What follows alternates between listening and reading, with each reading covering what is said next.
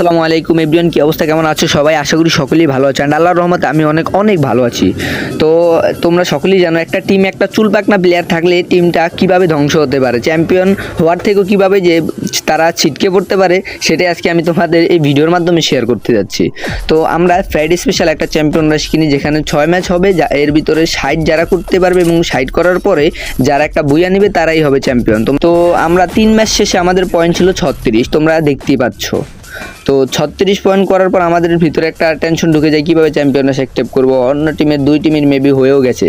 তো এর মধ্যে 4th নাম্বার গেমে আমাদের স্নাইপার এবং সকলের কম্বিনেশন মিলে সেই একটা খেলা হয়, যেখানে আমরা এক ম্যাচে পয়েন্ট তুলি 30, টোটাল আমাদের পয়েন্ট হয়ে যায় 66। এবার আমাদেরও চ্যাম্পিয়নরা আনলক।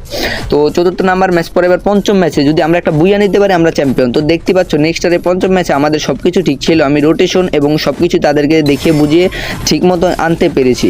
এবং সামনে থেকে তোমরা দেখতে পাচ্ছিলা একটা স্কোয়াড লঞ্চ পেড দিয়ে উপরে কিন্তু রাশ দিয়ে দিয়েছে। তো আমরা এখানে জাস্ট হোল্ড করতেছি, এমন কোনো আগে ফাইটের দরকার নেই, ওরা আমাদের অ্যাটাক দিলে আমরা অ্যাটাক দেবো, সবই ঠিকঠাক ছিল। মোটামুটি এই ফাইটে যে এনিমি এখানে দেখো রাশ দিয়ে দেয়, আমরা ওদেরকে ইজিলি নিয়ে নিই এবং আমাদের ম্যাচে সব কিছুই ঠিকঠাক যাইতেছিল। এবং আমাদের এই টিমমেট দুজন প্রচুর ভালো খেলছে, ঠিক আছে, কিন্তু একটু চুল পাকনামি করতে যায় ম্যাচটা মারা। লাস্টে জোবায়েদ আর অরবিট মিলা পুরো স্কোয়াডটা ওয়াইপ করে 2v4। হ্যাঁ, জাস্ট এটা একটা কল্পনার বিষয় যে 2v4, তাও ল্যান্ডমাইন ভাই আইকিউ দেখায় ফেলাইছে পুরো স্কোয়াডটারে। তো তারপর আমরা এখান থেকে যখন বাড়ামু, যে আমার টিমমেটদের আমি বলতাছি যে আমরা এখন কি জোনটা তো একটু সাইডে চলে গেল, তো আমরা কি নিচে দিয়ে হাইটে যাবো নাকি একটা লঞ্চপ্যাড থাকবে, লঞ্চপ্যাডটা আমার কাছে দেয়। আমার টিমমেট চুল পাকনা জোবাইদ কি বলতেছে যে লঞ্চপ্যাড ওর কাছে আছে, ওই দিতে আছে। তো আমি বলতেছি ফালা লঞ্চপ্যাডটা ফালা, আমি বসাই।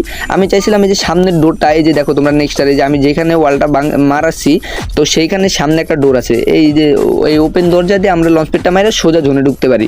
ও চুল পাকনামি করে আমার বলতেছিল যে লঞ্চপ্যাড দিতে আছে, কিন্তু লঞ্চপ্যাড দিতে আছে বলে লঞ্চপ্যাডটা ডাইরেক্ট বসাই দিচ্ছে। এমন জায়গায় বসাইছে ভাই, মনে করো ডাইনেও যাওয়া যায় না, বামেও যাওয়া যায় না, দেয়াল। পরে এমন কোনো সিচুয়েশনটা এত বাজে হয়ে গেছে, পরে লঞ্চপ্যাডটা না মারলেও মারা খাইতেছি আমরা। পরে লঞ্চপ্যাডটা মনে করো আমরা কোনো মারছি, কিন্তু এমন জায়গায় যা বসছে ভাই খোলা মাঠে, আর এনিমি সামনে পড়ছি, তো বুঝুই তো আরও জোনের প্রেশার, পুরো ম্যাচটাই ওর জন্য মারা গেল। নাহলে এই ম্যাচটা যে আমাদের বুইয়ার দ্বার প্রান্তে আমরা চলে আসছি, আমরা 4 জন এখন স্টিল অ্যালাইভেও ছিলাম, আমরা ম্যাচটা বুইয়া নিতে পারতাম। আর চুল পাকনামির কারণে ম্যাচটা শেষ। আর তোমাদের টিমে যদি এমন একটা চুল পাকনা থাকে সকলেই মেনশন দিবা, মেনশন দিতে ভুলবা না। আর দ্বিতীয় কথা, এই চ্যাম্পিয়ন রাশের হাইলাইট আমি খুব আমার চ্যানেলে দিতেছি। আল্লাহ হাফিজ।